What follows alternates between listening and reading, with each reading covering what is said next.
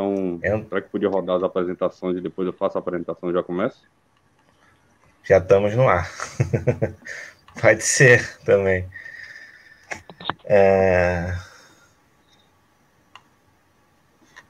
Boa noite aí para todas e todas. Aqui é mais uma live, né, do Sindicato Geral Autônomo do Rio de Janeiro, afiliado da Federação da FOB, né, Federação de Organizações Sindicalistas Revolucionárias do Brasil.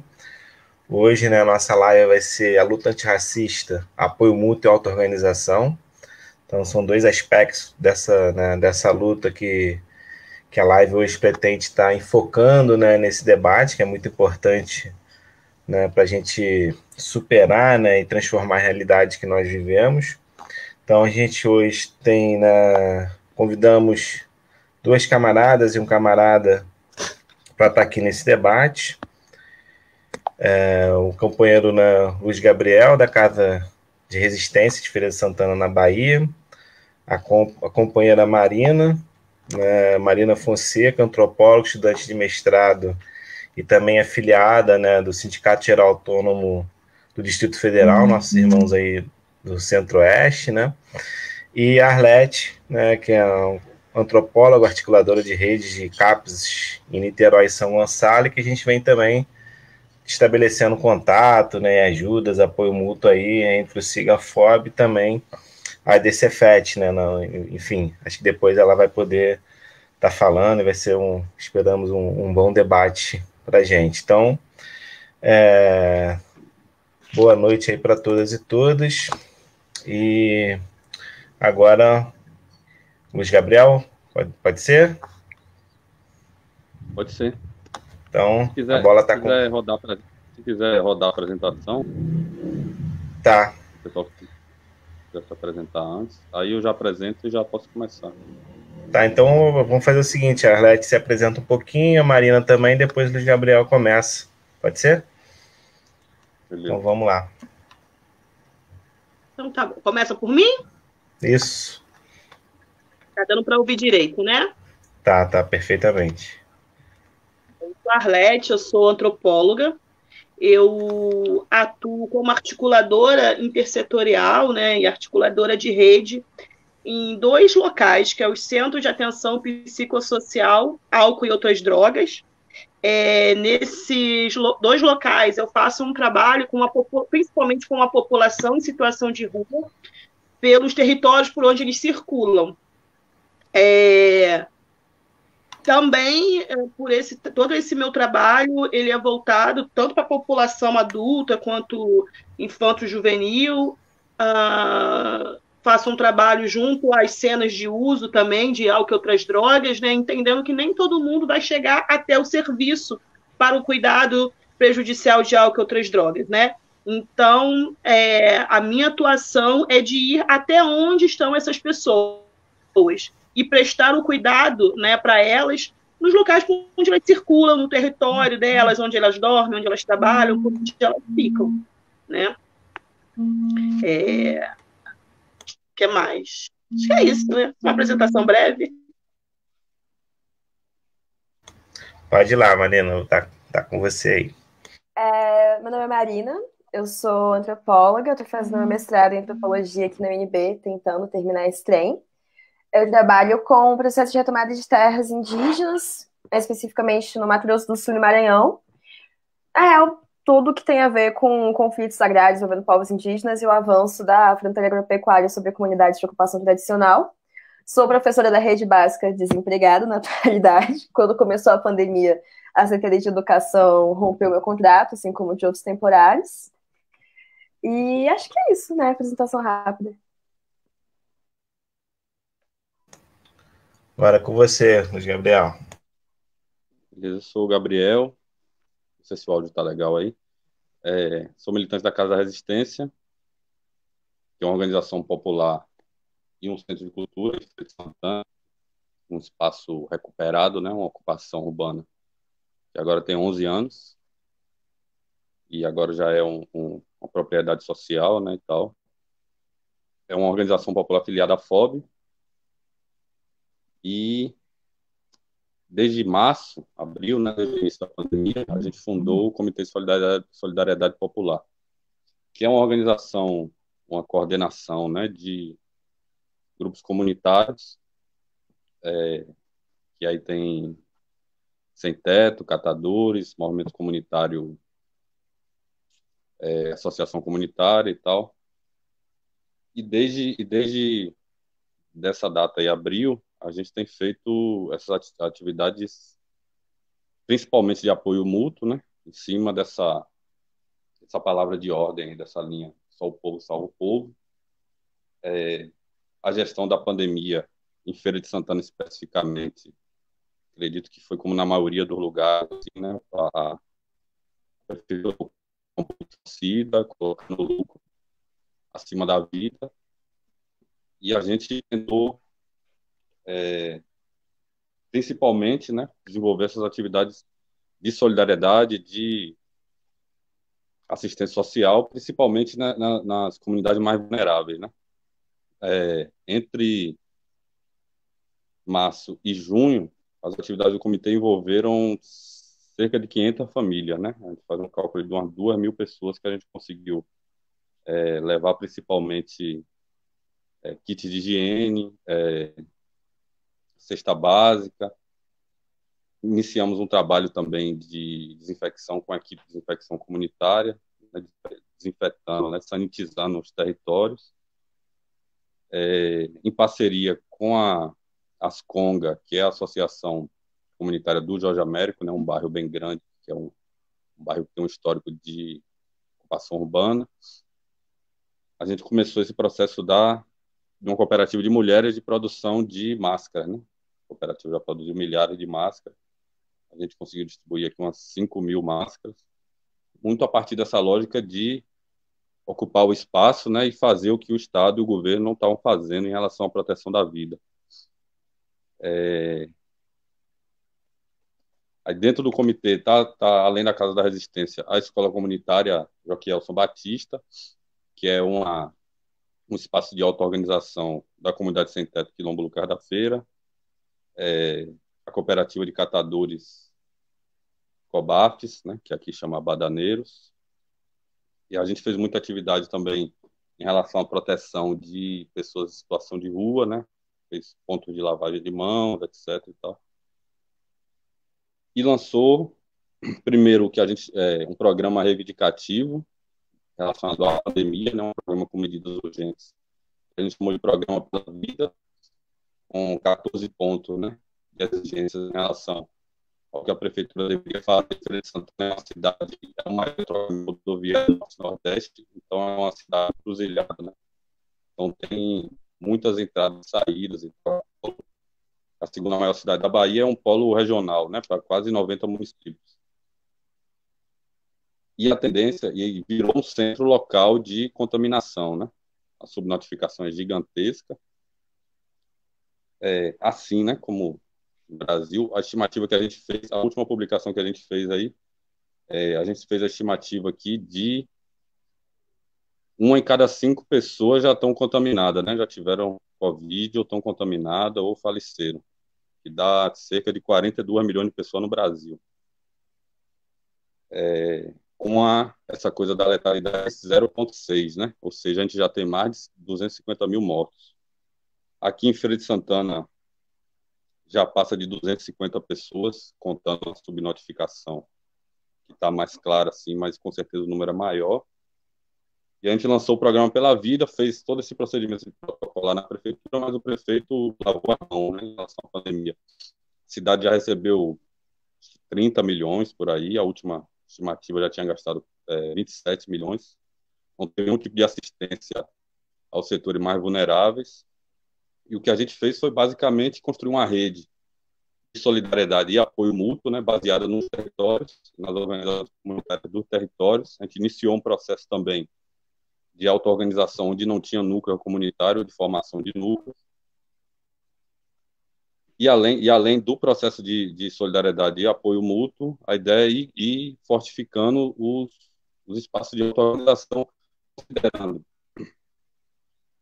que a gente tem um programa reivindicativo, né, que a gente vai sobreviver enquanto comunidade, mas que a gente também aponta um programa revolucionário, né, de que a tendência do sistema é entrar em colapso, né? A gente vai ter a gente tem um nível de desemprego gigantesco, a tendência é que se aumente ainda mais, que a crise econômica se amplie, né, e que o processo de ganância dos capitalistas da política genocida também vai se ampliar. Então, para a gente, o processo de luta por sobrevivência agora é também um processo de preparar nosso povo para um enfrentamento com o sistema de uma forma mais radical. E aí, nesse sentido, um programa que está vinculado à assistência social, num primeiro momento, para que se possa defender a vida, proteger a vida do nosso povo, ele está, num primeiro momento, vinculado à assistência social e, num segundo momento, vinculado à necessidade de construção de poder do povo. A gente lançou um primeiro comunicado, né, que é um esboço de programa do comitê em abril. Agora, em agosto, dia 1º, a gente lançou outro. O primeiro a gente publicou no formato de fanzine, que é esse aqui. O outro está para sair impresso também. Mas o que a gente está apontando, basicamente, é de que o genocídio, que assumiu essa lógica de uma guerra biológica contra a maioria do povo e, consequentemente, contra a maioria negra, é um programa que só vai ser superado com um processo de auto-organização que aponte para a superação do sistema. Ou seja, o processo de organização que essa crise, de certa forma, ele tem possibilitado, né, essa coisa de que a gente avançou bastante em apoio mútuo, em organização popular, ele tem que ter uma sequência com sentido revolucionário, né, com sentido de que é necessário apontar para uma ruptura, porque necessariamente o capitalismo vai entrar em colapso e a tendência é que, por exemplo, daqui para o final do ano, quando se provavelmente vai acabar essa coisa do auxílio emergencial e tal, que não contemplou todo mundo, né, mas contemplou boa parte, a tendência é que a gente tenha um aprofundamento da fome, um aprofundamento grande da necessidade mais básica, né? E aí o que a gente está propondo agora, a partir do comitê, é a construção de um movimento de massas territorial, baseado na luta por direitos, mas também nessa lógica de economia popular, né, de formação de cooperativas, de trabalho. E agora que a gente está nesse processo eleitoral que começou, né, o oportunismo eleitoral a florescer, a ideia é puxar uma campanha ativa, né, de boicote à farsa eleitoral, às eleições municipais, e propor organismo de poder e decisão do povo, né? E aí o que a gente tem feito basicamente é o que a gente já fazia há bastante tempo, que é essa organização da luta contra o genocídio do povo negro, né? A Casa da Resistência é principalmente uma organização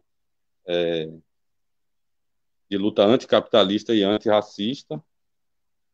A gente tem organizado desde 2015, que é dessa nova etapa da Casa da Resistência, um período até 2016 a gente permaneceu na campanha Reage, enquanto era uma campanha, a gente depois se retirou por conta do processo interno da Reage, mas a gente tornou permanente essa campanha contra o genocídio, contra a brutalidade policial, mas também contra os outros elementos do genocídio, né, que é a negação de direitos, de saúde, etc.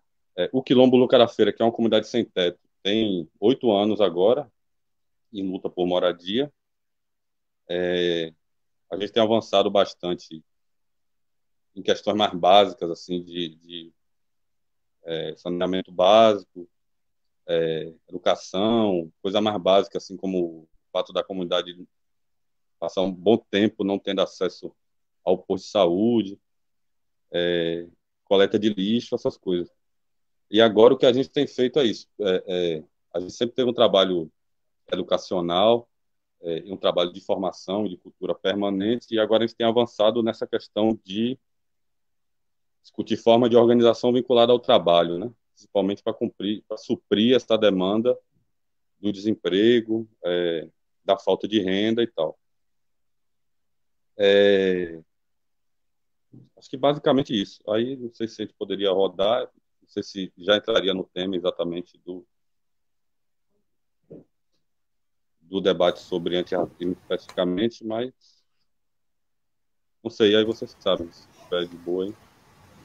Pode entrar, você tem 10, falou 10 minutos, aí pode mais 10 minutos, né, falando da questão antirracista, e depois eu passo para Arlete e Marina. Beleza? Beleza. Então, e aí vou falar especificamente do programa, né? A gente faz um debate aqui, e tem como linha há algum tempo, o que a gente chama de organização da maioria negra, né? Que é como a gente concebe, principalmente na Bahia, esse sujeito, né, a partir da lógica aí de se considerar negros, pretos e pardos, né, de uma unidade, né, de uma coisa que a gente não tem um nível de... São esferas diferentes, mas que a gente não tem nível de separação claro, né? A esfera de raça e classe. No sentido de que a formação da classe trabalhadora no Brasil, mas na Bahia talvez mais ainda, é a formação basicamente de uma classe trabalhadora negra, cabocla, né, sertaneja. E a gente tem feito uma luta antirracista, principalmente com essa lógica de que não existe luta antirracista que não seja uma luta anticapitalista e que não existe uma luta anticapitalista que não seja uma luta antirracista. No sentido de que a gente combate tanto uma lógica de uma esquerda eurocêntrica, pequeno burguesa, e etc., dessa dinâmica hegemônica, né, de uma esquerda vinculada a um debate mais eurocêntrico, etc., quando a gente combate essa dinâmica de um culturalismo, dessas lógicas liberais, né, que retiram a importância do coletivo para colocar no individual e reproduzem uma dinâmica liberal. Então, o que a gente apresenta enquanto programa é basicamente isso, né? Você parte da lógica de que raça e classe não são elementos que têm fronteira e de que a única parte do povo brasileiro, né, que não foi miscigenada é a burguesia, né? Só a burguesia que permaneceu branca. E de que necessariamente, né, essa maioria não branca, ela deve se organizar enquanto uma classe trabalhadora de maioria negra. E de que os outros setores da classe trabalhadora devem assumir necessariamente um programa antirracista, né? Uma linha antirracista. Então, a gente tem feito, em 2015, a gente participou e construiu, né, a terceira Marcha Internacional contra o Genocídio do Povo Negro, que foi uma marcha que teve maior, que teve quase 10 mil pessoas, que foi quando a gente conseguiu massificar, né, e colocar no debate nacional o genocídio negro, tratando nesses termos, né, de que existe um projeto do Estado brasileiro contra o povo negro, contra a maioria negra. E aí isso aí está vinculado tanto à negação de direitos, quanto à própria letalidade policial, que é o ponto final, né, a brutalidade policial, o ponto final do genocídio, mas que perpassa por outras coisas, a negação de educação, de saúde, trabalho, terra, de território, etc. Então, a gente tem feito essa mobilização e essa construção comunitária com essa lógica de território e trabalho, né? De que a gente tem que vincular duas coisas, porque a gente fez muito tempo um trabalho cultural e educacional. Da Casa da Resistência é uma organização principalmente de juventude, essa parte aqui da organização que a gente faz no centro. A organização comunitária aqui em Feira de Santana é uma organização principalmente de mulheres negras, né? Você tem cumprindo essa tradição da quilombagem e tal, são as mulheres negras principalmente que organizam, se mobilizam, que defendem sua família, sua comunidade, que dirigem politicamente, né, o movimento comunitário. Então a gente tem feito essa construção agora, que está baseada principalmente em cooperativas de mulheres. Essa primeira cooperativa que a gente já estava iniciada até, que a gente começou a apoiar, é uma cooperativa de costura, que foi a cooperativa que fez, está fazendo ainda bastante máscara de proteção. E o que a gente fez, basicamente, até agora, com o comitê, foi ocupar esse espaço que o Estado não ocupa, né, no sentido de proteção da vida e tal. A gente está agora com a campanha que está relacionada ao transporte público, porque os caras são tão pilantra, né, fascínora, que eles reduziram a frota, o comércio já está funcionando normal, e a frota de ônibus só roda 30%, né? E o transporte público de massa é talvez o maior vetor de contaminação. E aí esse horário agora, 7 horas, 6h30, 7 horas, horário de pico, a galera está saindo do trabalho, porque já está todo mundo trabalhando, os ônibus estão todos lotados, né? A gente começou essa campanha com relação ao ônibus, os ônibus de Feira de Santana, mas debatendo também a necessidade de se tirar as empresas da gestão do transporte público, né, se construir uma empresa municipal com controle dos trabalhadores da comunidade, porque essa dinâmica que está funcionando agora é por conta da lógica do lucro no transporte público. E a gente tem retomado, agora em julho, a gente teve o fator de boa parte das pessoas estarem contaminadas de Covid, testaram positivo. Aí a gente parou para fazer mais essa coisa do balanço interno e do planejamento. Agora a gente está retomando as atividades que estão pautadas nessas duas coisas. A primeira é essa necessidade de sobrevivência, né, da gente construir tanto as atividades de apoio mútuo, a gente está retomando a campanha de solidariedade da gente, inclusive quem quiser apoiar pode ir na página da Casa da Resistência, aí a Favela Viva, a campanha da gente, página no Facebook ou do Instagram. E a gente está retomando também a luta contra a prefeitura e a política genocida, né, dos capitalistas e dos gestores municipais. Feira de Santana, acho que talvez não é a pior cidade da Bahia com relação à pandemia. Tem lugares que a prefeitura conseguiram ter uma política mais genocida ainda, mais escrota ainda. Mas aqui, basicamente, a prefeitura não fez nada e a esquerda institucional também se calou, né?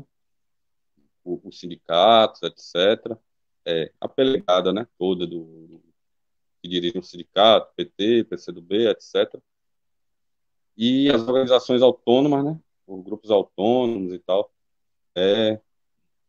que demonstraram, né, essa disposição em construir agora, principalmente no início, que a gente estava, né, naquela tensão mais pesada, assim, de fazer atividades e tal. Então, a gente está retomando agora, a partir dessa semana, essas lutas contra a prefeitura, no sentido de que a prefeitura assuma. A gente vai lançar uma outra versão atualizada do programa Pela Vida, de que a prefeitura assuma compromissos que a gente está propondo, né, os 14 pontos, tá, estão relacionados à educação, ao combate à violência patriarcal, doméstica, etc. A questão de ser contra a volta às aulas sem vacina, a questão do transporte público, a preparação necessária do sistema de saúde, né, porque aqui se contratou uma empresa para gerir um hospital de campanha com pouquíssimas vagas, com a estrutura, não tinha no início, não tinha nem água, nem remédio no hospital de campanha. E a gente poderia... Luiz, se puder ir concluindo... Concluir? Desculpem. Então, a gente poderia ter o dinheiro que se gastou aqui, a gente poderia ter um hospital municipal permanente, por exemplo, né? A saúde colapsou rapidamente, assim, porque acredito que, como outras cidades, a saúde pública é usada como cabide para tem esses vários fascistas aí, vereadores, não sei o quê, bababá, eles usam a saúde pública do jeito que querem, né, para conseguir um exame. Então, são todas essas dificuldades que a prefeitura tem colocado, principalmente em relação essa coisa da subnotificação, né, porque para conseguir um exame é um problema, assim, pouca gente consegue, então é uma forma deles maquiarem, né, a situação da pandemia na cidade, da letalidade também. Então, basicamente, a gente tem feito isso, assim, agora que a gente lançou esse novo comunicado, que está na página da Casa da Resistência também, com relação a esse tema de que a gente agora vai puxar, além da luta contra a política genocida da prefeitura e dos capitalistas e das atividades de apoio mútuo e solidariedade, essa coisa do boicote ao oportunismo eleitoral e etc. E essa campanha de boicotar as eleições e fortalecer as organizações populares e construir cada vez mais articulação, né, no sentido que a gente possa construir organismo de poder do povo para se contrapor aos organismos instituídos do poder burguês e capitalista. Então, acho que isso. No meio do debate, aí aparecendo perguntas, eu coloco mais questões. Beleza, valeu, Gabriel. Agora eu passo aí para a Arlete. Arlete, bola está com você. Bom, obrigada. Então, falar um pouco, né, sobre a questão do apoio mútuo e autorregulação. Autorregulação, organização, de onde veio a regulação? Enfim, eu comecei, eu não fazia nenhum trabalho desse tipo, né? Eu comecei a fazer há pouco tempo, a partir da pandemia, a fazer distribuição de cestas básicas. Eu não fazia esse tipo de trabalho, né? Então, como é que isso se deu? Assim, como é que isso aconteceu? Eu, nesse trabalho, como eu falei, né, no Centro de Atenção Psicossocial Álcool e Outras Drogas, né, que são serviços da prefeitura que cuidam de pessoas que fazem uso prejudicial de álcool e outras drogas, eu faço um trabalho na rua. E na rua a gente atende a todo mundo. Quem está na rua, né, seja trabalhando, seja morando, vivendo, a gente atende. E eu faço um trabalho também com mulheres trans profissionais do sexo, em Alcântara, São Gonçalo. Então, eu encontrava com essas mulheres trans, né, quinzenalmente, levando para elas um kitzinho, né, com camisinha, gel, fazia uma vez por mês um encontro no serviço, chamando outros serviços de saúde, de assistência, para cuidar, né, para dar uma atenção a essas mulheres trans profissionais do sexo. E quando começou, então, a crise, né, com essa pandemia, né, a quarentena, essas mulheres, elas ainda estavam nas ruas, né, se prostituindo. E eu comecei a ver, né, que ao meu redor, que várias instituições, pessoas estavam se organizando para entregar cestas básicas para a população. Só que em nenhum momento eu vi ninguém se organizando para entregar cesta básica para as mulheres trans profissionais do sexo. E aí eu pensei, gente, como assim, né? O trabalho dessas mulheres, né, tá na rua, né? Elas precisam de cliente, elas não podem estar nas ruas por conta do corona, e mesmo aquelas que estavam indo para as ruas mesmo assim não conseguiam os clientes, seja tanto por falta de dinheiro, né, que essas pessoas não tinham, quanto também o medo de ir para a rua, de fazer programas. Então eu comecei vendo algumas experiências que tem aqui por perto de mim, né? Ver como é que eles estavam fazendo, como é que eles estavam se organizando para conseguir cestas básicas.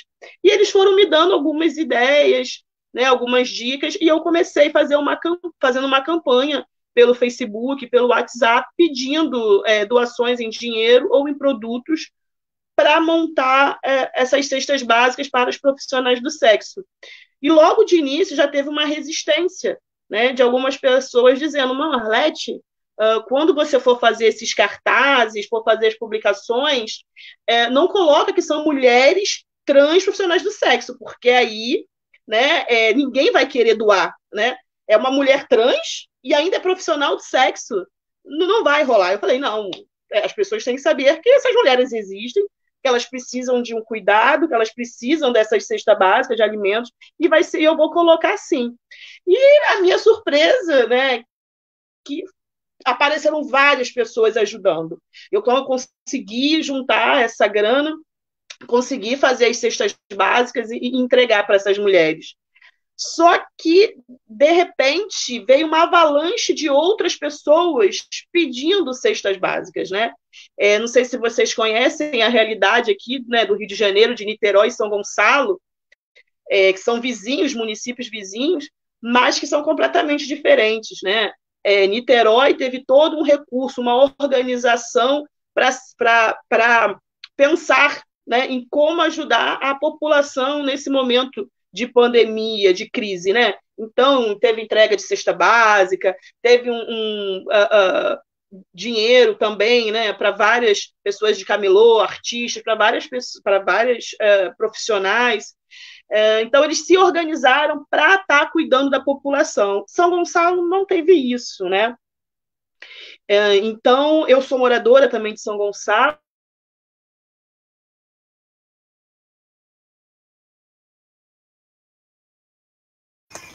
Deu uma travada. Acho que a internet da Compa deu uma travada. Vamos aguardar um pouquinho. Enquanto ela não volta, né? Acho que tá voltando aí. Não teve nenhuma organização, né? Eu acho que tá indo e voltando, porque eu ouvi alguma coisa, mas a imagem tá congelada. Também. Agora. Opa, agora sim, tá. Tá escutando a gente? Tá travando para você. Travou. Se estiver escutando, travou. Se quiser ficar sem o vídeo, pode ficar.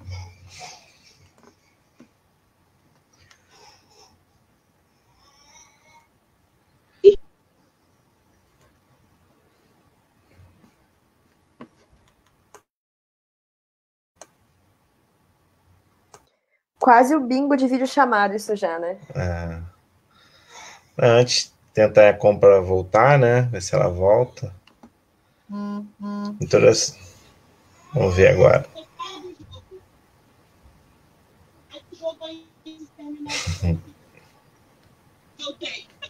Oi, tá dando para me ouvir?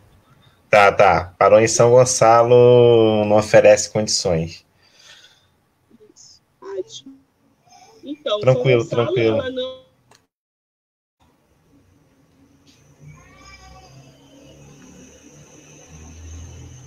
Agora aí, parou.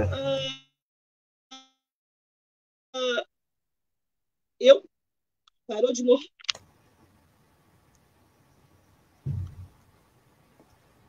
Você desligou? Agora...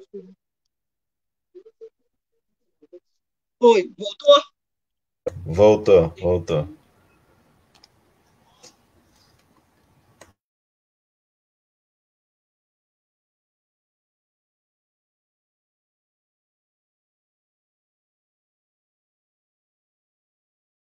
Agora parou de novo. Desculpa aí, galera, mas são coisas da internet brasileira aí, cara e de má qualidade. Antes, né, se a Compa volta, não é importante. Agora... Conseguiu voltar? Conseguiu. Pedi pro meu filho tirar lá a internet. Então, São Gonçalo não se usou, eu moro em São Gonçalo, e várias pessoas começaram a me pedir doações, né? Pedir cesta básica. E aí eu pensei, não, vamos ampliar. Então, eu comecei ajudando uma comunidade chamada Bacatão, que fica em São Gonçalo, né, mais para perto do centro, 30 famílias. Depois eu comecei a ajudar, né, a pensar junto com outras pessoas no trabalho da minha própria comunidade, que é no Novo México, onde eu moro. Então, tanto no Novo México quanto no Bacatão, 3 mulheres negras têm a necessidade de várias famílias, né, de várias mulheres dessas duas favelas, precisando de ajuda. Né? Então, nós tivemos casos, mesmo depois que saiu o auxílio, de pessoas que não receberam, seja por conta algumas que não tinham. Arnete, seu som tá bem baixinho. Desculpa aí te cortar, mas tá. Eu tô escutando baixo também. Agora melhorou quando você melhorou? Falou. Isso, perfeito agora. Eu tô com ele bem perto aqui. Isso, forte. Então, não sei se vocês sabem, mas aqui no Rio tem uma prática de você pegar o documento e a polícia pegar o documento das pessoas e rasgarem, né? Então, nós tivemos pessoas que não conseguiram receber o auxílio porque estava sem documentação. E essa documentação porque a polícia rasgou e eles não tinham, né, nesse momento de pandemia, de conseguir tirar uma segunda via, né? Outras pessoas também não conseguiram por conta de não de terem saído do sistema prisional há pouco tempo e estar sem a documentação, enfim. Foram vários os motivos, muitas pessoas desempregadas, pessoas que perderam o emprego durante a pandemia. E aí, eu, né, mais a Elaine e a Ana, 3 mulheres negras, começamos, então, nessa campanha de arrecadação de dinheiro, de produtos, fazendo levantamento, né, de todas as pessoas, as famílias que necessitavam. Principalmente, nós demos a prioridade para mulheres com filhos, né, mães solo, para poder ser as primeiras a receberem essas cestas básicas. E o dinheiro, né, essas doações vieram de vários professores, principalmente, né, nós tivemos a ajuda, né, da DCFET, tivemos ajuda de professores da UFS, tivemos ajuda de várias pessoas vendo o que a gente estava fazendo e, de alguma forma, contribuindo. E a partir desse trabalho, né, a gente vendo a realidade dura das pessoas, começamos a perceber também uma necessidade de ter uma creche nessas comunidades. Algumas mães precisavam trabalhar, mas não tinham uma rede de suporte com quem deixar o filho, né? As escolas municipais também não tinham, muitas delas não têm vagas, né, na educação infantil, nas creches para as pessoas. E aí nós começamos a pensar, então, em criar uma creche e uma biblioteca comunitária. Então, né, como o camarada disse aí, né, que nesses momentos de crise, né, está tendo um fortalecimento das organizações, é isso mesmo. A gente viu que temos um problema, né, a gente não pode substituir, né, o Estado, o serviço público, mas a gente tem que fazer alguma coisa. A gente também não pode, pura e simplesmente, cruzar os braços. Então, nós estamos fazendo uma campanha para montar uma biblioteca e uma creche comunitária, mas pensando a biblioteca não só apenas como um espaço ali, né, que tenha livros, mas um espaço multicultural, onde possa ter a batalha de hip hop, onde pode ter a dança, né, onde pode ter um sarau, né, uma roda de conversa. Então, a gente tem eu e mais outras 3 mulheres negras também estamos juntos, né, escrevendo o projeto, correndo atrás de doações. A biblioteca e a creche, a gente já está em ponto de laje, né? Teve todo um trabalho aí também do próprio pedreiro ajudando, né, fazendo um preço mais barato nesse momento, porque é isso, assim, o que a gente acha, que a gente acredita que a gente pode mudar a realidade dessas comunidades, né, nesses locais, e que isso vai vir da gente mesmo, né, somos nós, né, pessoas negras, mulheres negras, juntas, lutando para que a gente consiga esse objetivo. Não dá para esperar que o poder público faça algo, né? É a gente fazendo pela gente mesmo.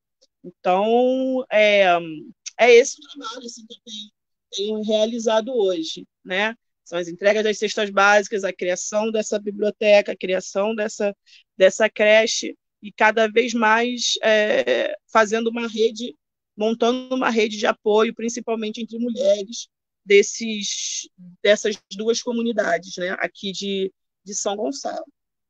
É isso, gente. Desculpa aí toda hora cair, mas é que a internet aqui não está muito boa.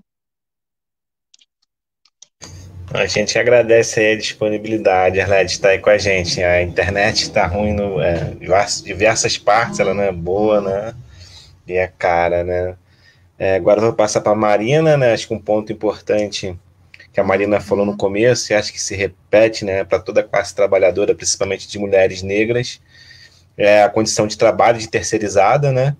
E aí você tem essas mulheres terceirizadas, em sua maioria negra, sendo demitidas nesse momento de pandemia.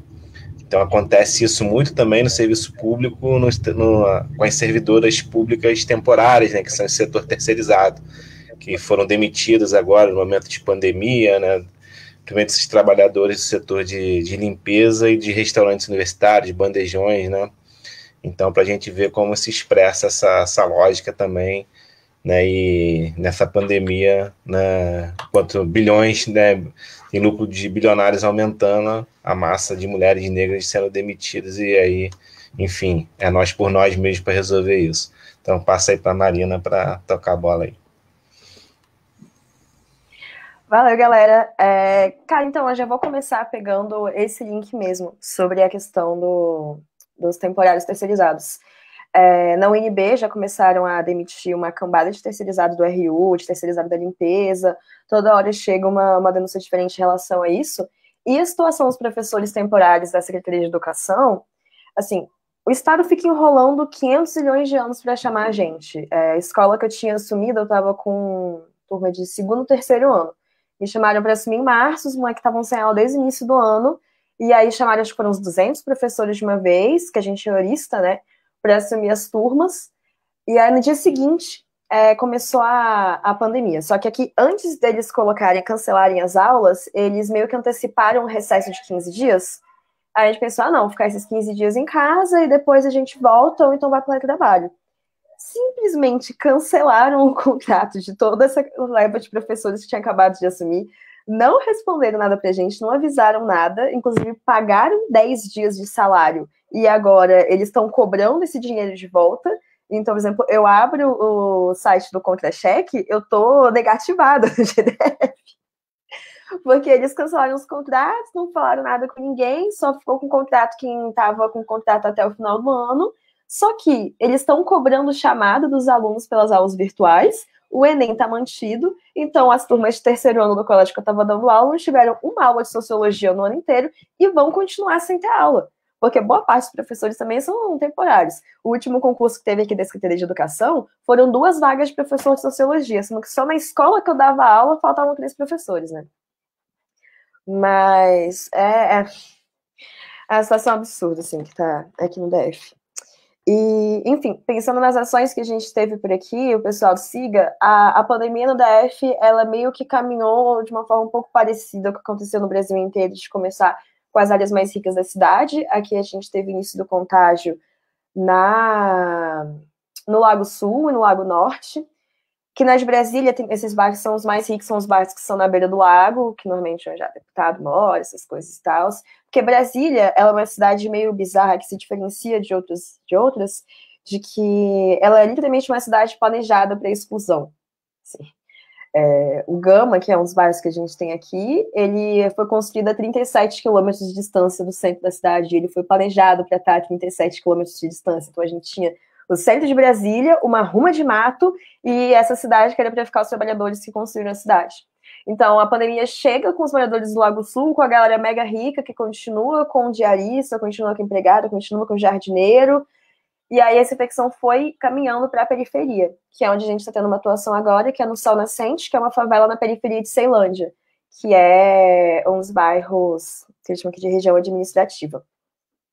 Que muita gente nesse esquema de terceirizado que perdeu emprego, camelô que está sem emprego, então a gente trabalhava no comércio, o comércio foi fechando, ficou sem nada.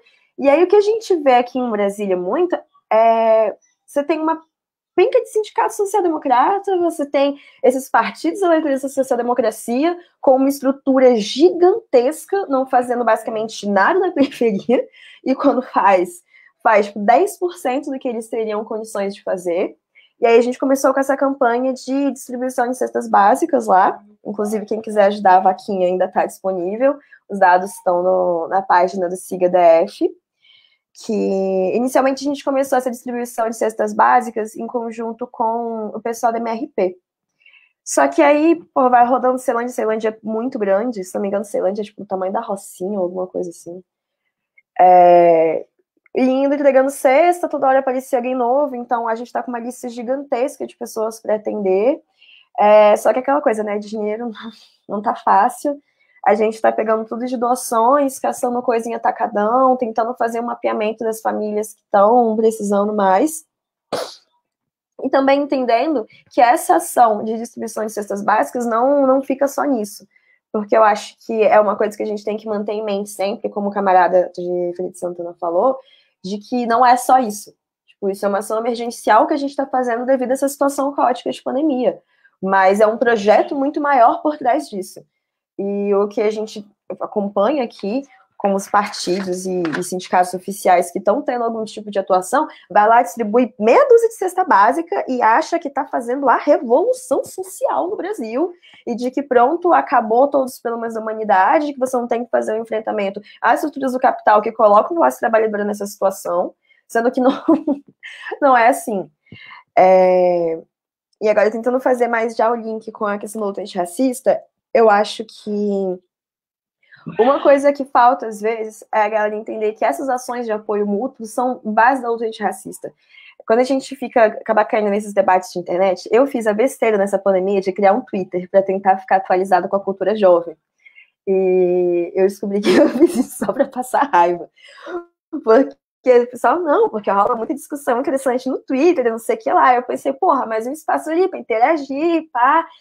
E aí você descobre que a galera acha que luta antirracista se resume numa questão primeiro de identidade, de pretos no topo, de, porra, o filme novo da Beyoncé tava mó lindo.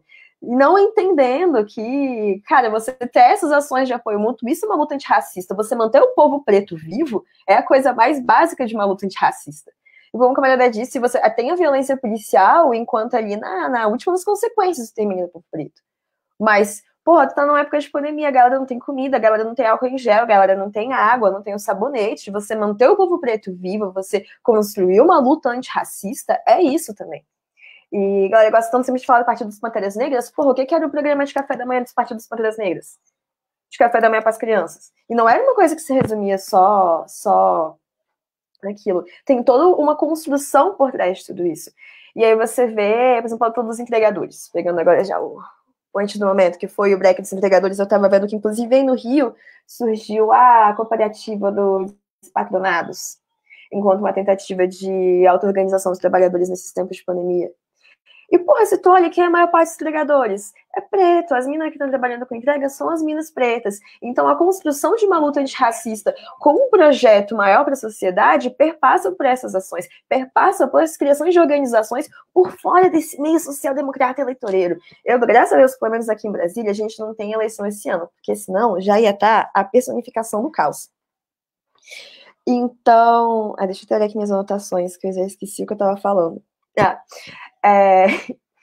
Que, enfim, nesse tempo de pandemia que as pessoas estão ficando muito mais sempre na internet, a gente que está podendo ficar em casa, que não está precisando sair para trabalhar, pode ficar de home office, ou então alguma coisa assim, você vê, teve esse boom, esse hype da discussão da luta antirracista com as tretas que rolaram nos Estados Unidos, um monte de manifestação, depois manifestações aqui, e morreu. Esse hype morreu, quando a hashtag legalzinha morreu, simplesmente deu uma caída cabulosa nessa discussão antirracista, sendo que agora é um momento essencial para isso, porque, porra, o Estado está continuando passando a boiada nesse tempo de pandemia. Hoje mesmo, eu estava vendo, tá rolando o despejo do acampamento da MST, Quilombo Campo Grande, Minas Gerais, e aí você está tendo uma ação de despejo de famílias assentadas em pandemia.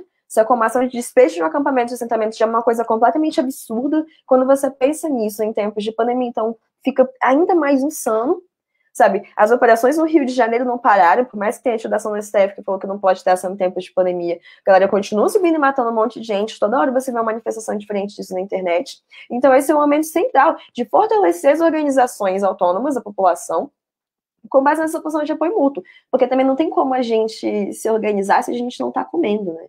Então, eu acho que é importante, bastante importante a gente não só fazer esse enfrentamento com o que o Luiz Gabriel também tinha colocado, dessas pautas do movimento negro liberal, que inclusive estão se aproveitando muito desse momento que a gente está para querer colocar o black money e o empreendedorismo preto, de como se a solução dos problemas durante a pandemia melhor até do que você fazer uma ação de distribuição de cestas básicas, de pias comunitárias em locais que você tem um acesso precário à água, de que o empreendedorismo preto vai resolver tudo, a gente vai ter uma economia criativa com empreendedores pretos, e aí cai na porra da falácia de colocar que entregador de aplicativo é empreendedor. Então, é importante a gente entender que essa luta antirracista que a FOB defende não é, me desculpe a expressão, uma grande punheta de internet por identidade, brigar com o texto que a Lilia Schwartz coloca na Folha de São Paulo, porque eu mesmo, enquanto antropóloga, estou cagando para isso. E fortalecer essas ações de apoio mútuo, de auto-organização nas periferias, porque é isso que está fazendo a diferença e é isso que vai salvar o povo. E eu concluo, gente. Vamos para as perguntas. Valeu, Marina, pela intervenção. Né? Lembrar aí, a Marina lembrou, né, o Quilombo Campo Grande, no sul de Minas, né? Está sendo, né, despejado pelo governo do estado, né, pela polícia, pelo governo do estado, e também no Maranhão, em Balsas, a comunidade de Bom Acerto, 40 anos, né? Está também sendo despejada, né, lá no Maranhão, né? Estão destruindo toda né, a agricultura deles, enfim. Então, hoje, desses 2 dias, né, para lembrar também hoje, e não é contraditório o Brasil a isso, né? Essa máquina de moer gente negra, né? Principalmente. Hoje aniversário, né, do assassinato da Margarida Alves, o Gabriel lembrou logo no início, né? Então, não por acaso, hoje nós temos aí despejo de 2, né, comunidades que estão há muito tempo, né? No Maranhão são 40 anos, né? E em Minas Gerais, 20 anos, né? Então, é só para a gente ter a noção aí do que está em jogo, né, nessa pandemia, né? Os capitalistas racistas continuam a massacrar, né, o povo. Então, acho que quem tiver, né, enfim, quem tiver perguntas a fazer, pode perguntar aqui, né? A gente está olhando. Aí eu vou agora passar as perguntas, né? E aí o Luiz Gabriel, a Arlete está ouvindo a gente? Não sei se ela está ouvindo. Beleza. E a Marina aí comentam, né? Acho que um ponto importante disso tudo, né? Esse ponto, né? Acho que dos Panteras Negras e essa relação, né? Do apoio mútuo e auto-organização, né? Acho que depois aí o Luiz Gabriel e a Marina quiser comentar isso também, né? Que tem um documentário que fala sobre isso, né? No sentido de como que o governo dos Estados Unidos começou a enxergar isso de uma maneira combater isso, na verdade, né? E se preocupar quando justamente os Panteras começaram a auto-organizar e salvar o povo negro de Oakland e outras cidades da miséria e da morte, vamos dizer assim, certo. Então, acho que isso aí a gente pode dar uma reflexão legal. Aí eu vou trazer uma pergunta aqui do Selmo. Boa noite para o Selmo, nosso camarada do SIGA RJ. Diversos militantes de partidos eleitorais, entidades estudantis e sindicatos que organizam campanhas de solidariedade agora são candidatos nas eleições municipais. Isso contribui para a auto-organização do povo? Aí quem quiser comentar, né, os Gabriel, Arlete, Marina, por favor, sinta-se à vontade. Olha, já diria um categórico não, porque hoje eu tô pistolíssima. Porque 90% das vezes a galera faz essas ações só para poder tentar construir uma mínima base eleitoral. É aquela música do Bezerra da Silva, candidato caô. O bicho fala, não, subiu o morro tranquilo, usou lata de goiabada como prato de comida, foi na mãe de santo, tomou uma cachaça comigo para pedir voto. Aí depois ser eleito e desaparecer, porque é assim que partidos eleitoreiros funcionam em geral. Por isso, não vote Lute. Eu acho isso complicado. Eu, quando comecei nesse trabalho, nessas campanhas, né, de tanto das doações de cestas básicas, quanto também nessa criação dessa biblioteca, dessa creche, todas as pessoas que foram se aproximando, uma das primeiras coisas que perguntava era: você faz parte de algum partido político? Você vai vir candidato a alguma coisa? Se a pessoa dissesse sim, eu simplesmente falava: olha, obrigado, mas estou fora. Se você quiser fazer a sua doação anonimamente, tudo bem. Mas se você quiser fazer campanha disso depois, eu vou dizer para todo mundo que não, né? Que você não doou nada, que eu não estou sabendo. Então, se você tem interesses eleitorais, eleitoreiras, então se afasta. Porque eu acho muito complicado isso, né? Você tem todo um trabalho, né, de organizar a população, de se juntar para pensar, né, em prol dela, e aí vem alguém depois se aproveitando disso, né? Entrega uma cesta básica, diz que entregou 1 milhão, né? E aí vai fazendo propaganda com isso. Eu fico muito sempre com o pé atrás. A Beleza. companheira está informando aqui Luiz Gabriel. que o despejo do quilômetro Campo Grande foi suspenso. Boa notícia, né? Isso, boa notícia. Esse último comunicado que a gente lançou, que é a sequência do primeiro comunicado do Comitê de Solidariedade Popular, fala exatamente desse momento aí do oportunismo eleitoral e tal. E o que acontece, grosso modo, é que a democracia burguesa, né, essa democracia que é uma síntese de ditadura e escravidão, né, que é uma democracia que nunca chegou para a maioria, né, para a maioria pobre negra no Brasil, não branca. A esquerda institucional eleitoral, ela tem um papel de legitimar esse processo, né? Ou seja, ela vende a ilusão de que é possível, disputando a eleição, disputando o parlamento, ou seja, estando dentro do próprio campo da supremacia branca e do capital, trazer algum nível de conquista para o povo. E, nesse sentido, a gente acredita que esses setores, eles não só vendem ilusão, como eles legitimam a dominação também. Então, o processo de organização popular, que a gente acredita que deve ser necessariamente revolucionário, deve apontar para um processo revolucionário de ruptura, passa necessariamente também por combater o oportunismo eleitoral, a esquerda institucional, que, como os zapatistas chamam, né, é só uma direita envergonhada, que tem a sua função no genocídio, né? O papel da esquerda tem sido esse, de vender essa ideia de neoliberalismo progressista, né, de que tratar Lula como uma princesa Isabel, como se o povo não lutasse, como se todas as conquistas que a gente tem até o momento, que a gente já perdeu várias, né, fossem dádiva do PT, que na verdade só fez reproduzir o programa neoliberal do Banco Mundial. E a gente acredita que a gente não só tem que boicotar a eleição, mas a gente tem que combater o divisionismo que essa coisa do oportunismo eleitoral provoca, né? Que é essa tentativa de se aproveitar desse momento de solidariedade, se aproveitar das lutas para construir suas candidaturas, seus partidos institucionais, vinculando isso a essa farsa que é vender essa ideia de que existe alguma coisa em disputa no campo do Estado. Para a gente, o Estado tem que ser destruído, né? E no lugar do Estado, quem tem que gerir a sociedade são as organizações populares do organismo de poder do povo, né? Tanto a produção, quanto nossos territórios, quanto os serviços públicos, etc. E aí, só pegando essa deixa dos Panteras Negras, eu acho que o debate fundamental aí é que a gente tem que vincular um programa socialista, antirracista e revolucionário, com um primeiro momento, que é a necessidade da gente sobreviver enquanto comunidades pobres, e de que esse processo tem que avançar ao ponto da gente construir nossos organismos de autodefesa, né? Porque não dá para ter nenhum tipo de confiança nem na justiça burguesa, né? Nem muito menos de que a gente vai poder humanizar o braço e o terrorismo, o braço armado do Estado e o terrorismo de Estado.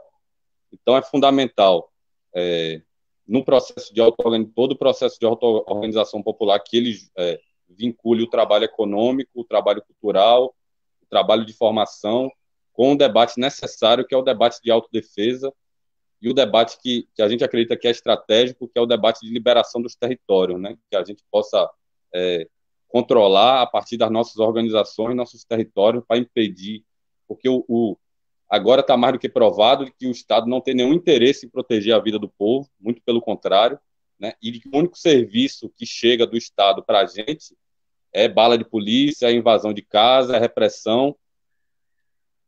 e que esse processo de auto-organização popular ele passa necessariamente, como o Panteras Negras, né, nos deram o exemplo histórico, de construção de organismo de autodefesa.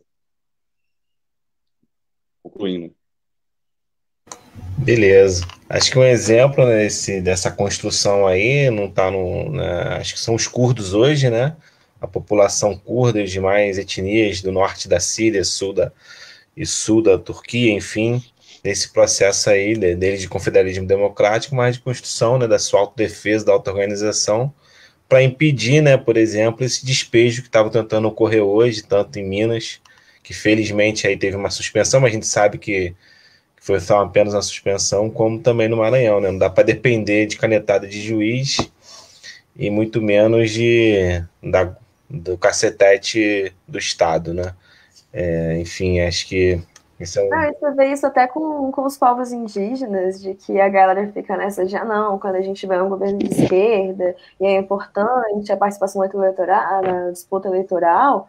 Porra, foi no governo PT que você tem morte racial terrena, no governo PT que você tem o genocídio da população indígena, que você não tem demarcação de terra, porque estão servindo o interesse do grande capital, mas com uma roupagem mais bonitinha. Isso aí, perfeito. Né? Agora passar uma pergunta para a Arlete, né? Como fica a atuação de base? Pelo que entendi, você trabalha com redução de danos com as travestis junto ao espaço dos CAPs, que infelizmente muitas vezes perpetuam a perspectiva reformista do campo do cuidado e saúde mental. Vi que seu trampo de apoio é por fora, mas queria saber esse rolê do trampo mesmo. Acho que perguntando como é o trabalho, né?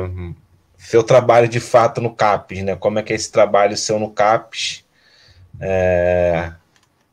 em relação ao campo do cuidado, né? Da saúde mental.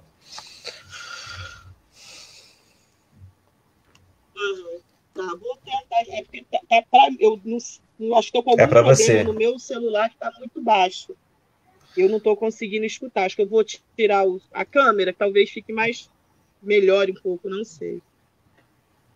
Então, esse trabalho que eu faço, né, eu comecei em 2006.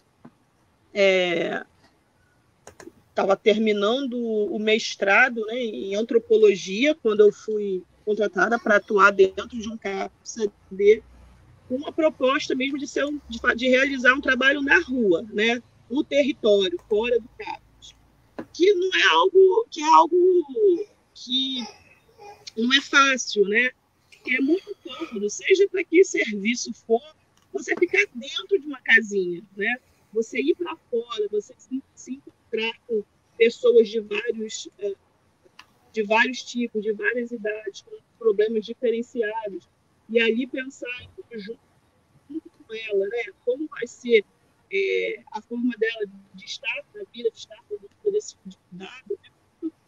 É muito difícil, né? A redução de danos, ela é um trabalho que você faz em conjunto com o outro, né? Não é você que vai definir como cuidar do outro, né? Mas é em conjunto com o outro. Então, não é simples, não é fácil. O tempo todo tem que estar afirmando e reafirmando a importância que se está fora do serviço, de estar atuando com a população em situação de rua, usuários, né, de drogas nas centros de uso, com as travestis, o tempo todo. Esse trabalho é boicotado, né, não tem recursos nenhum. Mas a gente é resistência, né? A redução de danos, pelo menos principalmente nesse momento, ela é em xeque, acredita-se que o ideal sempre é a internação, né? De forma involuntária dessas pessoas. Então, não é simples. É um trabalho que o tempo inteiro a gente tem que ir fazendo. Depois a gente vê no que vai dar, né? Eu não sei se eu consegui responder, porque eu não consegui ler direito a pergunta, está muito pequenininho, e o som está muito para baixo, muito baixo. Deu para entender, Arlete, sim. Tá um pouquinho baixo, mas conseguimos entender. Tá ouvindo melhor agora? Eu acho que é o meu celular mesmo. Beleza. É porque eu não entendi direito a pergunta, né? Por conta dessa dificuldade minha aqui. Tá, beleza. Passar agora aqui para a Marina, né, e também se a Arlete e o Gabriel quiserem comentar, né, da Maria Alves, né, acho que é do pessoal da Lampião aí. Desde a estratégia de princípios do sindicalismo revolucionário defendido pela FOB como a luta antirracista, pode ajudar a articular as práticas de resistência concreta do povo explorado no Brasil. Greve de entregadores, marcha da paz na favela, boicote e volta às aulas, comitê de solidariedade comunitária, luta pela terra e território, etc. Então, é como a luta... vai lá.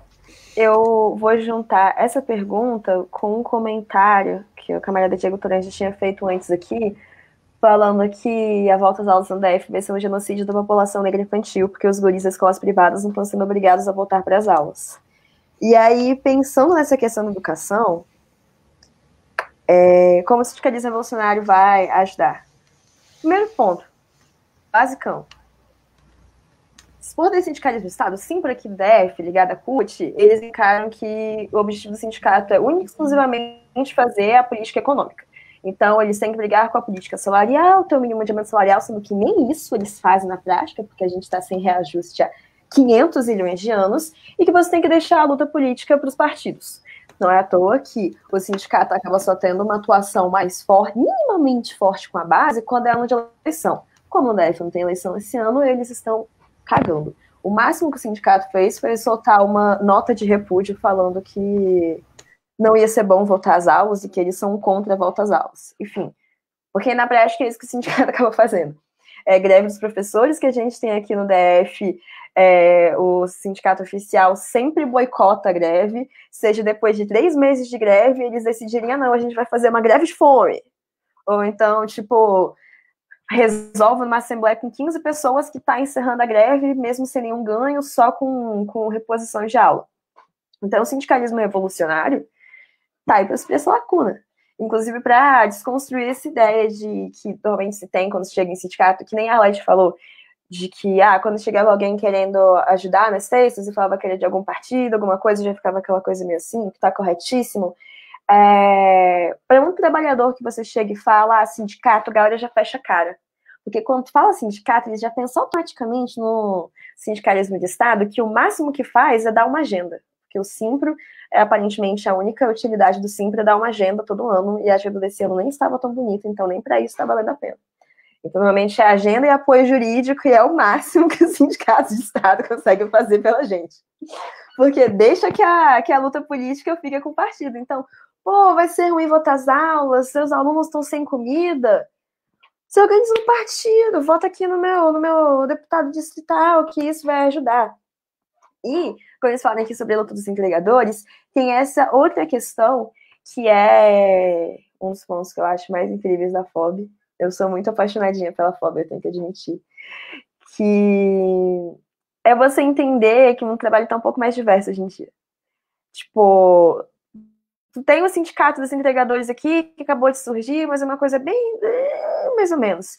Então, aqui no DF, que a gente tem o Sindicato Geral Autônomo, que é o sindicato de ramos vários, cara, dentro desse sindicato você consegue organizar os desempregados, você organiza os professores temporários que estão desempregados, você organiza os entregadores de aplicativo que estão se furando nessa pandemia, você organiza os bartenders, a galera que trabalha com cultura, que está sem dinheiro. Então você amplia esse campo organizacional sem fazer essa microdivisões em sindicato, porque aqui, por exemplo, você tem o sindicato dos professores, que é só dos professores de escola pública, você tem o sindicato dos professores de escolas particulares, você tem o sindicato dos técnicos administrativos de educação, e você tem o sindicato dos terceirizados que trabalham na área de educação. Sendo que, no final das contas, são todos trabalhadores da educação. E, velho, quando você pega uma lógica de sindicalismo revolucionário, quando você pega a proposta da FOB, você vai organizar os trabalhadores da educação, sem essa necessidade de microdivisões dentro disso. Vou deixar alguém complementar, porque eu estou empolgando. Gabriel quer comentar? Então, eu acho que esse comentário que o companheiro colocou aqui é fundamental agora a gente colocar mais peso ainda, né? A gente está com a campanha da greve geral já tem um tempo, né? Acho que agora é mais urgente, né? muito mais urgente, é impositivo essa organização da greve geral da educação, mas não só da educação, no sentido de que as cidades todas foram abertas, né? A maioria das cidades estão abertas. Aqui em Feira de Santana, o funcionamento está se fingindo, né, que a pandemia acabou e tal. Acho que logo no início, no primeiro mês da pandemia, algum rico, filha da puta aí de alguma coisa, falou que essa coisa de que a pandemia para os ricos já tinham passado, né? Então que agora se podia abrir porque agora só vai morrer pobre. É exatamente o que está acontecendo, né? Acho que se tem agora as pesquisas, etc., está tudo comprovado, né, de quem é que está morrendo, quem é que não tem atendimento à saúde. E essa greve para barrar a volta às aulas é extremamente necessária. Os sindicatos estão cumprindo esse papel vexatório, como sempre, né, os sindicatos oficiais, que não se mobilizaram em nenhum momento, né, em relação à luta, de fato, contra esse governo fascista. Pelo contrário, a CUT, a CTB, a Força Sindical, etc., eles têm negociado por trás da classe trabalhadora, com apoio dos partidos, por exemplo, o governador da Bahia, que era o PT, mas que é um fascista, negociou com o Bolsonaro por trás a reforma da Previdência e com as centrais sindicais. Agora, o mesmo governador da Bahia, que era o PT, que não tem diferença nenhuma para Bolsonaro, está negociando por trás esse processo da privatização da água, que é um processo que também, né, vai afetar principalmente o pobre, a maioria negra. E o que a gente tem oferecido como alternativa e construído como alternativa é o sindicalismo revolucionário, no sentido que o sindicalismo revolucionário propõe romper com a lógica corporativa do sindicalismo de Estado e construir organizações de trabalhadores e do povo pobre a partir de uma lógica de solidariedade e apoio mútuo, né? E essa coisa do próprio capital, cada vez mais fragmentar o trabalho,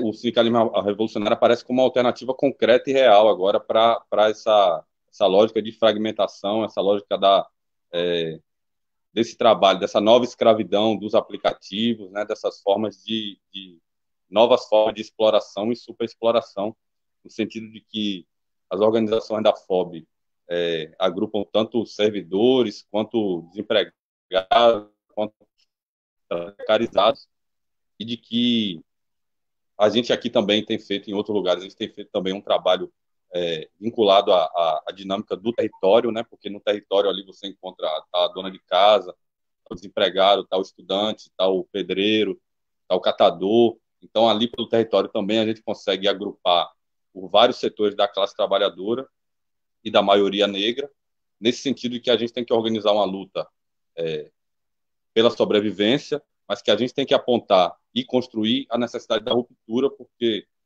a gente está vivendo uma fase final do capitalismo, né? A tendência é de que em 20, no máximo 40 anos, né, o capitalismo consiga acabar com a humanidade, consiga acabar com a civilização.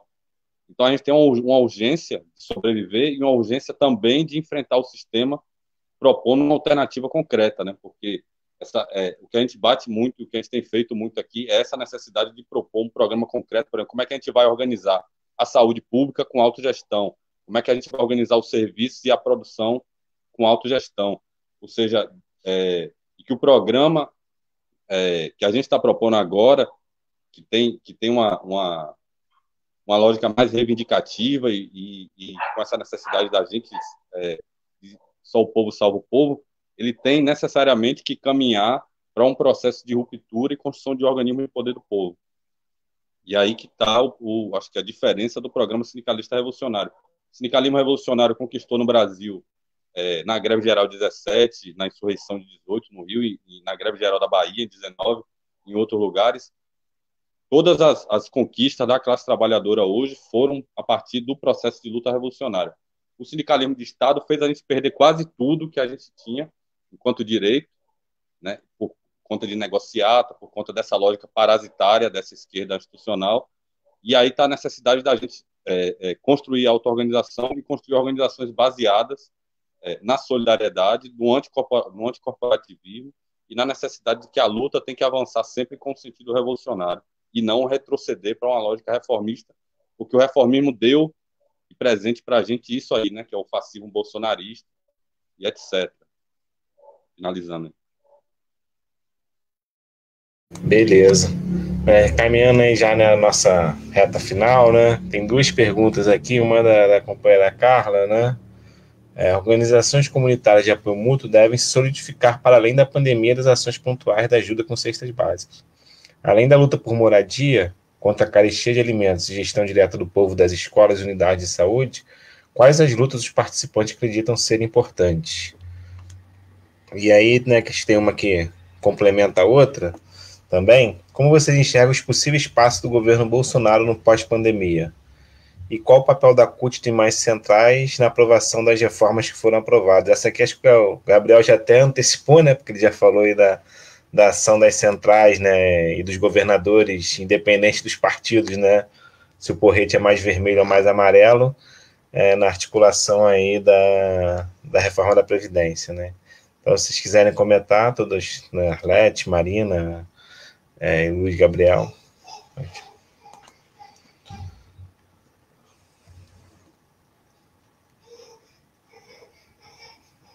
Fazer comentário aqui, é fumante, não conseguiu nem esperar acabar a live para fumar um cigarro, péssimo. Mas... Tá, começar complementando o Luiz Gabriel, porque perguntou quais são os possíveis próximos passos do governo Bolsonaro no pós-pandemia. Cara, pelo que eu consigo perceber, agora ele tá só fazendo a agenda de, meu Deus, como vou evitar um impeachment, que se resume a libera dinheiro pro Centrão, libera dinheiro pro empresariado, porque a gente sabe o que vai fazer o impeachment rodar ou não, é isso que vai estar servindo os interesses do grande empresariado. E isso que ele tá deixando.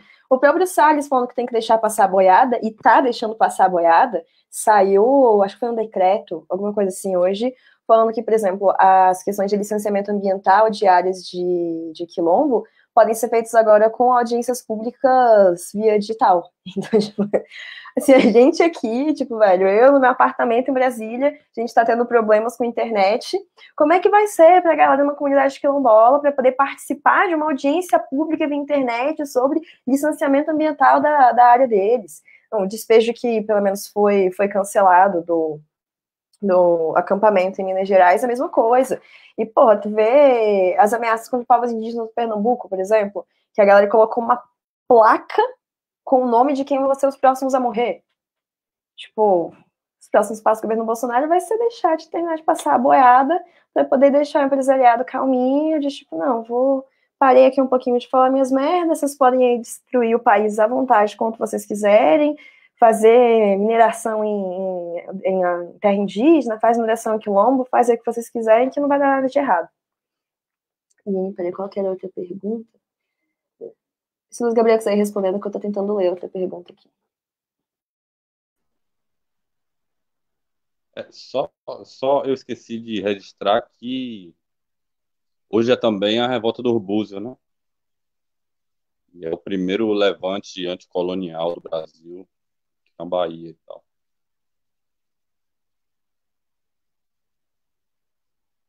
Mas acho que o caminho é exatamente esse. Assim, o governo Bolsonaro tende a aprofundar, o governo Bolsonaro com Bolsonaro ou sem, né? Porque Bolsonaro tem sido meio que o bode na sala do neoliberalismo. Você vê que o Clamarinho, a Rede Globo, tem feito isso de apoia o governo sem apoiar Bolsonaro, né? Ataca Bolsonaro enquanto apoia as medidas de Paulo Guedes.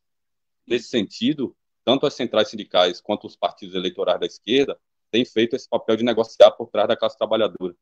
Tanto a reforma da Previdência, quanto as outras medidas antipovo desse governo, né? E a gente acredita, a gente faz há algum tempo a campanha Fora Bolsonaro, Poder para o Povo, pela FOB, e que o governo Bolsonaro só vai ser, o governo Bolsonaro e o fascismo, né, esse neofascismo que está instalado desde a fraude eleitoral que elegeu Bolsonaro, só vai ser derrotado nas ruas, né? Com um levante popular e com luta direta e combativa. O que está provado é de que essa ilusão eleitoral ela não tem nenhuma capacidade de combate ao fascismo, né? Porque o fascismo a burguesia sempre utiliza o fascismo nos momentos de crise, né? Por exemplo, o que está acontecendo agora, que é a destruição do serviço público, a destruição do que restava ainda, né, do serviço público da Constituição de 88, é exatamente o programa da burguesia para o momento, né? E o bolsonarismo, nesse sentido, cumpre esse papel de animar uma horda fascista né, de ter uma base social ali que gira em torno de 15%, para passar os ataques ao povo, à maioria do povo, principalmente, né, atingindo principalmente o povo negro, a maioria negra. E a leitura que a gente faz é exatamente essa, de que, só como a Marina estava falando antes, aí, o pessoal, os liberais, né, que discutem raça a partir dessa lógica do empoderamento, do empreendedorismo, etc., que estavam falando que precisava se organizar depois que passasse a pandemia, tem que avisar para ele que está na hora de se organizar, né? Porque a tendência, e agora normalizando, para a gente está tendo mais de 1.000 mortes oficiais, né? Por muito tempo tendo isso. Com dados subnotificados, né? A tendência é que a gente esteja tendo mais de 2.000 mortes. Então, essa dinâmica que tem se colocado como um tipo de guerra biológica contra o povo, né? Ou a gente vai enfrentar ela nas ruas e com uma organização popular, para além dessa dinâmica confusionista que se construiu, esse debate meio esquizofrênico da internet, que a pessoa parece que faz estágio no IBGE para dizer quem é preto, quem é branco, quem é não sei o quê, como foi agora no caso do entregador, né, que foi discriminado pelo neonazista e tal. Porteiros de Wakanda. Por aí. Então, a gente tem uma necessidade de organizar o povo com um programa anticapitalista e antirracista, porque a única resposta que a gente pode dar ao tipo de formação social brasileira é fazer a vinculação necessária entre raça e classe, entre luta de classe e antirracismo, para dar um combate ao Estado capitalista e supremacista branco. E que agora assume essa face, mas porque o bolsonarismo é o Estado brasileiro com sinceridade, né? Porque o Estado brasileiro tem essa natureza genocida, né? A função dele sempre foi essa. A violência contra os oprimidos, a violência contra os indígenas, a violência contra o povo negro, a violência contra o povo sertanejo, etc., caboclos e tal. Então, a resposta que a gente tem que dar é a resposta de superar essa lógica da domesticação que essa esquerda institucional impõe a gente e avançar com a auto-organização popular para construir uma rebelião que possa derrotar esse governo, porque esse governo não vai ser derrotado nas urnas.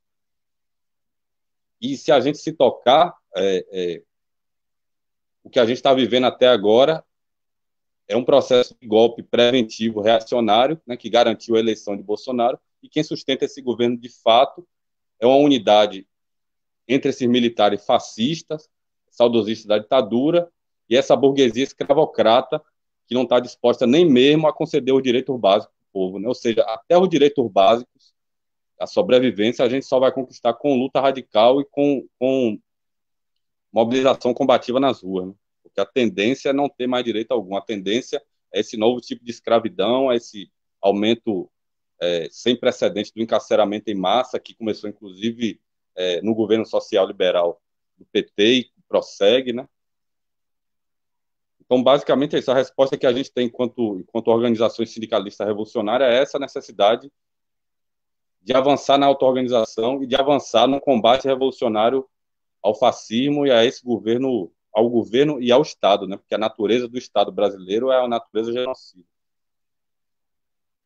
E eu complementaria dizendo que é o esforço de não cair nos malabarismos que surgem na atualidade, como você falou do desmonte do serviço público, porque agora, tipo, você olha na internet, as pessoas estão, porque a Globo lacrou com a abertura do Jornal Nacional, falando da quantidade de mortos.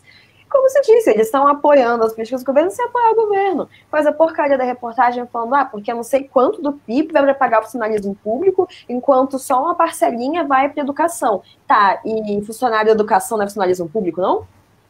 Tu pagar professor que é funcionário público, tu pagar médico que é funcionário público, pode contar como folha salarial, mas é investimento em saúde e educação, porra. Fica fazendo um malabarismo numérico, um malabarismo teórico para falar que não defende o Bolsonaro só porque fica feio. O Bolsonaro, ele é tão insano que fica feio defender ele abertamente. Então você tem que dar a volta para continuar defendendo essas políticas sem ficar tão feio. E a mesma coisa em relação à luta antirracista, porque como teve o boom depois da morte do George Floyd, que aí colocar, passando no Jornal Nacional e no encontro com a Fátima Bernardes, falando de empreendedores negros e do caso dos policiais que foram racistas com o moleque no shopping do Rio de Janeiro, tá, mas tu expôs só um caso de um cara que foi racista com um cara no Rio de Janeiro vai resolver a situação? É importante ser exposto? É importante ser exposto, não estou negando, de forma alguma, porque todas as vidas importam. Mas você só vai ter uma libertação plena do povo negro quando você tiver uma auto-organização popular. E é isso que a gente tem que, velho, não tirar da cabeça em momento algum, que a luta antirracista é a luta pela auto-organização do povo. Porque não tem como você construir um Estado antirracista dentro desse caos que a gente está inserido. Não tem como você construir uma luta antirracista real que não for de capitalista, sabe?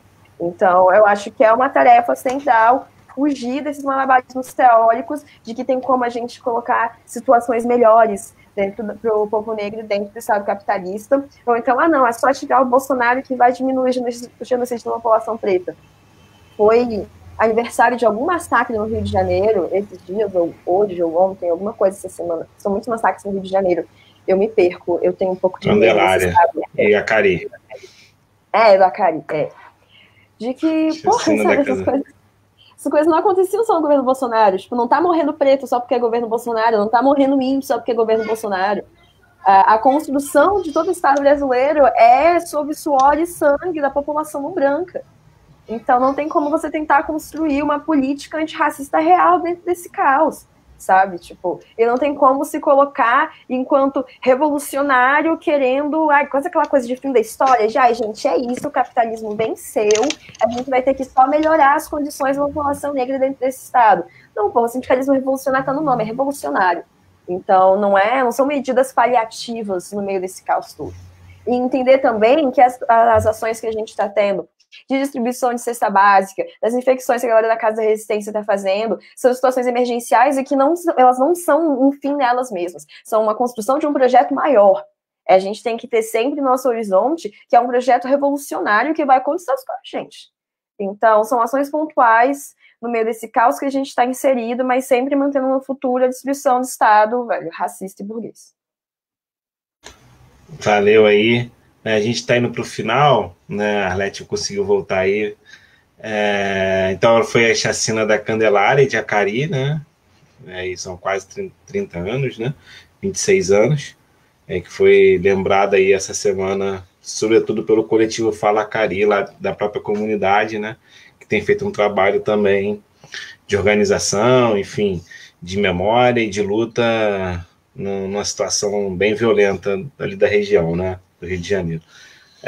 Então eu vou pedir aí, né, se a Arlete quiser mais alguns minutinhos para estar encerrando, se despedindo da galera, a Marina também e o Gabriel também, por favor.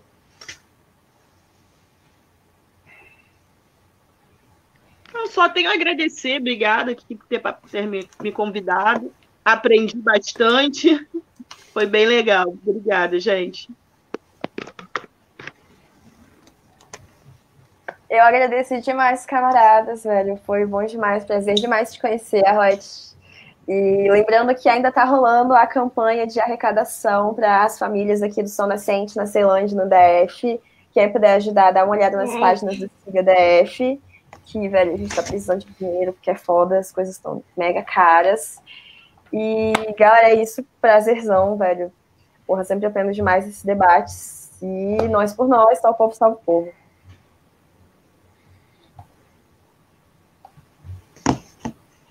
Massa. Prazer, Arlete aí. Agradeço o pessoal do Siga. Brasília aqui, do Rio.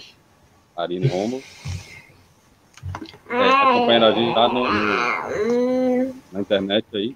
Favela Viva. Se quiser fazer doação, né? Agora ele está tomando uma outra etapa da campanha. E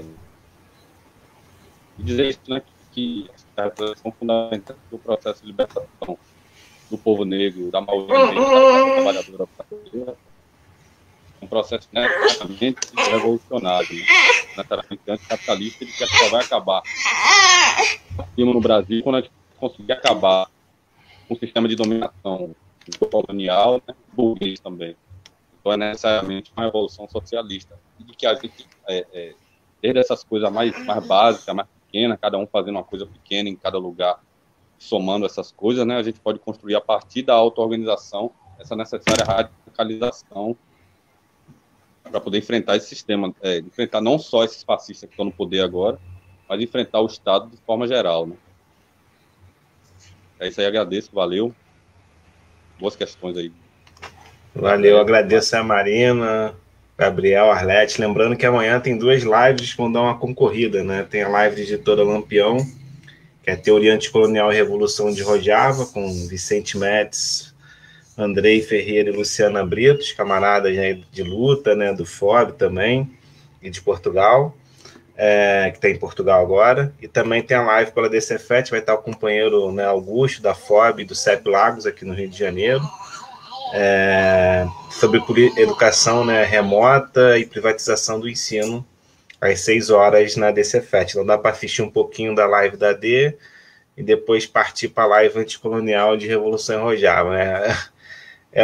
Deixar a mão no computador e outra no celular. É o mundo das lives, né? Várias lives acontecendo, enfim. Então, a gente faz o convite, agradeço a todos e todas. E essa aí que o Luiz Gabriel colocou, né? A construção do dia a dia, no cotidiano, mas com o objetivo da Revolução Socialista, porque o capitalismo e a classe burguesa branca está destruindo o planeta e todas as espécies, né? Não só a espécie humana, né? Se só fosse a espécie humana embora, mas enfim, está destruindo todas, né? Então, uma boa noite aí para todos e todas. Se cuidem na medida do possível. Valeu. Avante. Valeu. Avante. Mas lembrando sempre, não há uma humanidade, há uma humanidade de escravos e senhores. Isso aí. É a abertura de uma comunidade, de máquina. Né? Isso. Valeu. Saudação, galera.